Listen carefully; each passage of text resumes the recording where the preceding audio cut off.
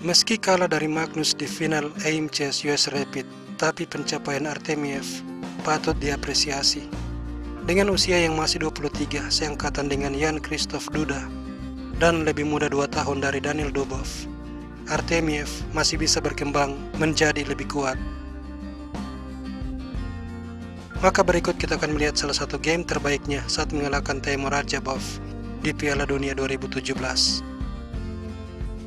Saat memegang buah putih, salah satu senjata andalan Artemiev adalah pembukaan pion menteri yang bisa menjelma menjadi London System atau juga Collie System. Dia melangkah D4. Radjabov merespon D5, lalu gajah F4 London System. E6, E3, gajah D6, kemudian kuda raja dikembangkan, kuda F6, kuda D2.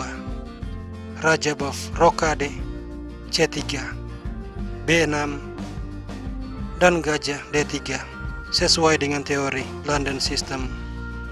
Gajah fianchetto A4, C5, A5.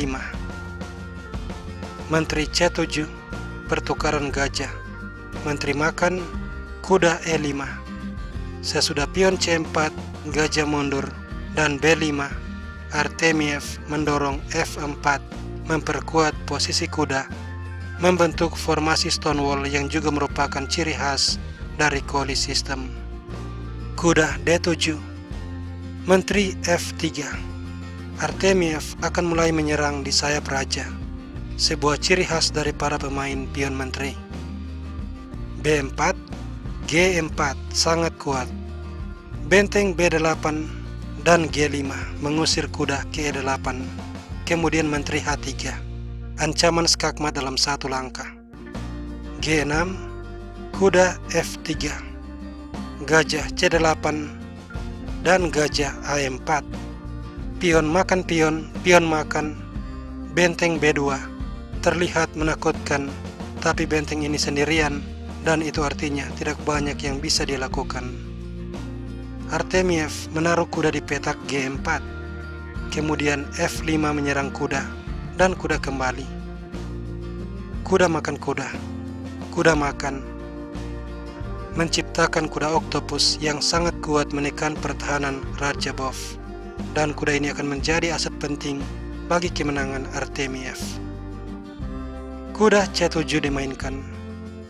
Artemiev rokade A6, lalu menteri H6, dan para perwira hitam sangat pasif.